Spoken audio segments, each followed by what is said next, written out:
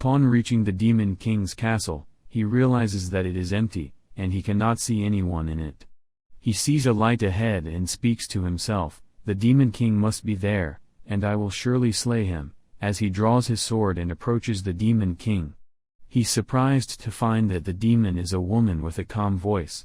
She greets him, "Hello." The hero trips upon seeing her breasts, and asks where the Demon King is. She explains that she is the Demon King he has been searching for, the 43rd Demon King, also known as the Ruby Eyes. The hero is stunned and cannot believe that the Demon King is a woman. She shows him her crest, which is on her breasts, but he tells her to stop showing him her breasts. He tries to show her his seriousness about killing her, but she remains relaxed and not afraid of him. When he asks why she is so relaxed, she tells him that she has been waiting endlessly to speak with him. The Demon King offers to make the hero his, but he refuses. She asks him if he is refusing and explains that everything that is going wrong in the world is because of her. She tells him that all the suffering people experience is their own doing and that they do evil and blame it on the demons. The hero cannot forgive her because demons have killed people, but she points out that humans have killed demons too. The hero draws his sword again, but the Demon King tells him to stop and that she loves him. She hands him a scroll about economic analysis and explains to him the advantages of war, including how it has kept humans alive by providing them with food and unifying them. She argues that the war has gained human security because it has never reached the human world. The Demon King tries to persuade the hero to be her guide to a place where she has been longing to see. She shares her feelings with him and promises to honor contracts above everything else, promising to stick by his side through sickness and health. The hero worries about having to kill people but agrees to go with her anyway. They start journeying by exploring for food, and she embraces him, declaring that she belongs to him and he belongs to her. The hero and the Demon King have arrived in a new land where they are greeted by the Demon King's maid. The maid expresses her excitement at their arrival and assumes they are married, but the hero and the Demon King explain that they are only in a contract to share each other's possessions. The maid has to teach the people about agriculture and has already informed the town of their arrival before going to sleep. The Demon King instructs the maid not to reveal their true identities to anyone as it will buy them more time to accomplish their goals. As the hero and Demon King sit by the fire and talk, the Demon King invites the hero to sit by her side for warmth. The hero obliges and even rests on her lap. However, their moment is interrupted by noise from the stables, and they discover two young children hiding there. The maid recognizes them as serfs and plans to return them to their owner in the morning, but the Demon King insists on taking care of them, giving them a place to stay and teaching them to become maids. The hero feels inadequate after one of the young girls tells him about the Demon King's teachings. He realizes he has never thought about what he would do when he finally has peace. The Demon King reaches some local children, including the young girl she found in the stables. The boys argue that starvation is for the weak, but the girls ask them if they have ever experienced it. The Demon King sends the children back, and the hero finds her sitting on the stairs. He compliments her for her good work, but she laments that teaching the human children is tiring because they are like animals and neither logic nor negotiation works. She even mentions turning them into frogs, but the hero dissuades her. The Demon King and the hero set out to the village's elder's house to teach, but the Demon King worries about being cold in the rain. The hero pulls her close and covers her with his coat, and she expresses her gratitude for making him hers. The Demon King worries about the large-scale farming practices in the village, but the hero is by her side to support her. The local farmers greet the Demon King and the hero at the farm, complimenting them on their good work. They then show the pair how to prepare the food they have been given. The Demon King is happy to see the two children fitting in with the rest of the children she teaches and expresses her joy to the hero. The maid asks if they have enjoyed their time outside, and the Demon King replies that things are looking up and they can start harvesting that day. The maid then asks if there is any auspicious news, but the Demon King and hero look at each other and say there's nothing to tell. The Demon King teleports to another country to meet with the church. The hero tells the Demon King that the church emphasizes punctuality and reveals that he is not a devout follower of the light spirit. The Demon King expresses relief as she would have felt bad if he were a worshipper. Upon arriving at the church, the hero assures the Demon King that he will protect her in case negotiations fail. The Demon King and hero are greeted by the prioress, who is shocked to see the hero and slaps him for worrying her. The Demon King clears up the situation by introducing herself as a Crimson Scholar and the hero as her bodyguard. The Demon King then petitions the convent for aid and presents them with a pack of 3 potatoes as a gift. The prioress tastes the potato and agrees to bring the convent to the village to teach the villagers. The Demon King then explains to the hero why she has been locking herself in her room. A man receives a letter and a compass and presents them to the leader of the alliance. They worry about the inventor's intentions and agree to be careful. Finally, the Demon King and hero bid farewell as the hero is leaving for a while. The Demon King worries that they won't perform the proper goodbye ritual, but the hero kisses her on the forehead and promises to do the rest when he returns. The maids are busily sewing a dress for the Demon King as she prepares to meet with a merchant from the alliance. They discuss how the female knight princess was upset upon arriving at the village and realizing that the hero was not there. The maid compliments the Demon King, stating that she looks stunning in the dress they are sewing for her. The Demon King replies that looking good is a crucial part of negotiating. Meanwhile, the merchant and his accomplices are nervous about who they will be meeting. They discuss among themselves that if they were meeting a soldier, they would have brought more force.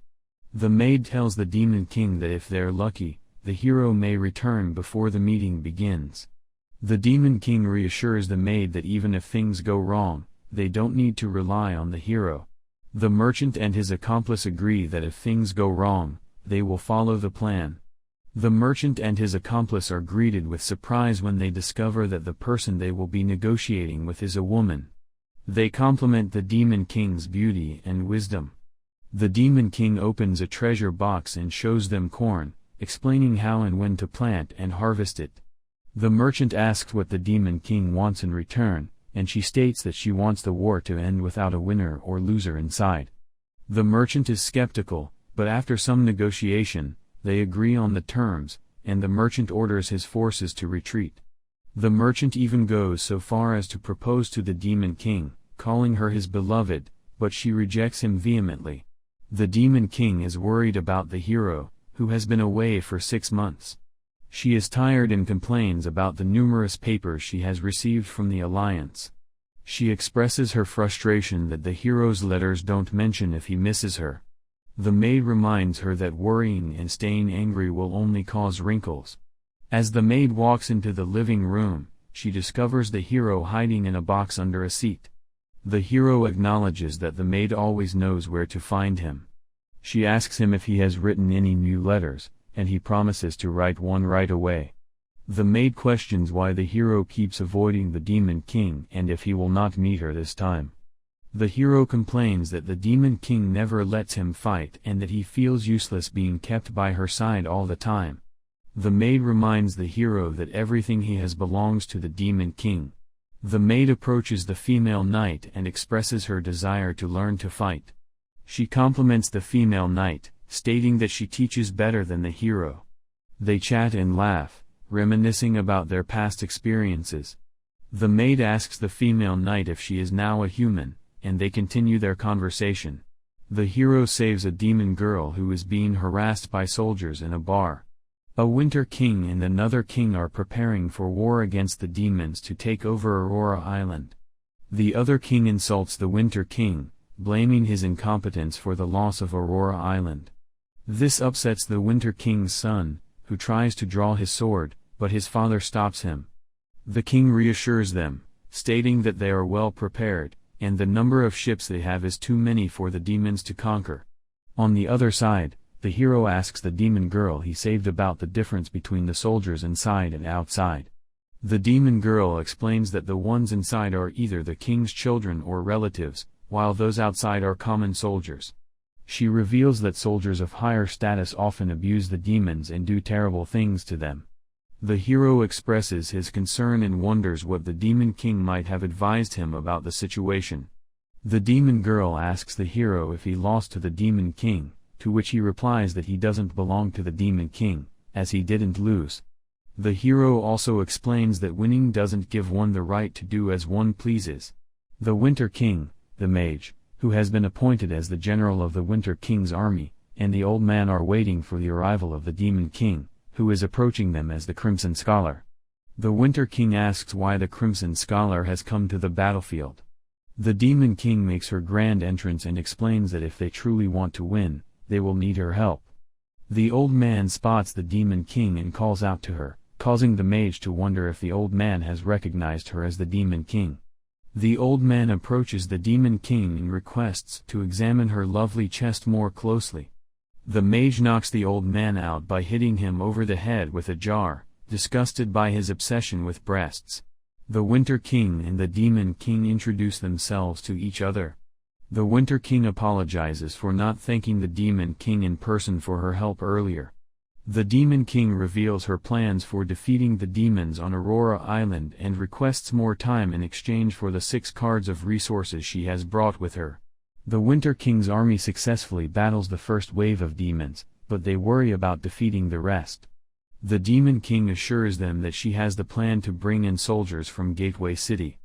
Just as a soldier arrives to report that an army has been spotted on another side of the island, the hero suddenly teleports into the cabin where they are meeting. They are all shocked to see him, and the mage embraces him, causing the Demon King to feel a pang of jealousy. Another soldier comes in with the news that the Ice General from the demon army is approaching and wiping out the Winter King's soldiers in his path. The mage vows to go and fight the Ice General as she is the general of Winter King's army. The mage and the Ice General engage in combat, and the Ice General is ultimately defeated. The Winter King's soldiers begin to celebrate their victory, but the mage warns them not to be too hasty and orders them to finish off the remaining demons. The Winter King gives a celebratory speech to mark their victory. The hero and the old man have a humorous conversation that leaves them all laughing. The mage and the hero are training outside. The hero uses his magic to dodge the mage's sword, but she calls it unfair. However, the hero reminds her that in a real fight, nothing is fair, and she must learn to adapt. The mage finally manages to catch the hero and places her sword at his neck, to which he compliments her improvement. After training, they take a shower, and the mage removes her clothes, covering only her breasts with a towel. The hero has taken aback and turns to look, but the mage sits him down and begins to style his hair. The little maid runs up to them with a cup of orange drink that he made himself, and the hero compliments her on her creation. The Demon King says she only told the maid about the carbonated spring, but she figured it out herself, and the drink she made is magical. At Gateway City, the general who deserted the city with all of the soldiers to fight the demons at Aurora Island is being questioned by the council. He pleads for mercy and time, but they sentence him to death and throw him in a prison cell where he cries. Back at the Demon King's village, an earthquake occurs, and the head maid rushes to the Demon King's office, finding her hiding under a table. The Demon King reveals that they knew this would eventually happen and that it's already happened twice in just 1 year. The head maid is shocked that they have had 2 years of peace. The Demon King then takes the hero and the older maid to the Iron Country to visit a workshop. The hero is impressed by the printing press and its capability to produce thousands of prints in a day. As he sleeps, the Demon King and the mage try to sneak into his room and argue over who should go first. The head maid intervenes and pushes them all inside, waking up the hero and forcing them to explain their actions the next morning. The Demon King tells the mage that she is going away for a while and makes her promise to watch over the hero. She also bids farewell to everyone and leaves for the underworld, escorted by the hero and the maid.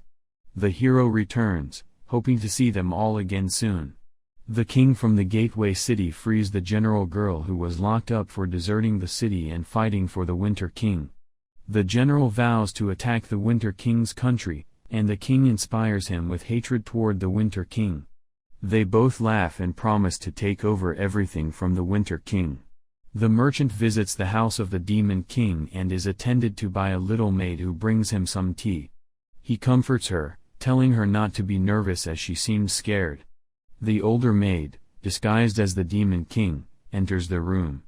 She is wearing a ring that allows her to transform into any person at will. As the merchant and the disguised Demon King start talking, the merchant realizes that he's not speaking with the real Demon King. He reveals this to the other maid, who is then confronted by the hero. The hero removes the ring, and the older maid transforms back into herself. The hero takes the merchant on a journey, teleporting him to different places, including the gateway city where humans and demons now coexist. The hero and the merchant attend a banquet where the hero reveals that the Crimson Scholar is a demon with the intention of uniting both humans and demons for a better life. As they watch the rainbows, the hero offers to sell them to the merchant as he stands for the demons. Meanwhile, the head maid and the Demon King are in the demon realm where the head maid remains at a gate. The Demon King warns her that if she emerges, she will no longer be herself.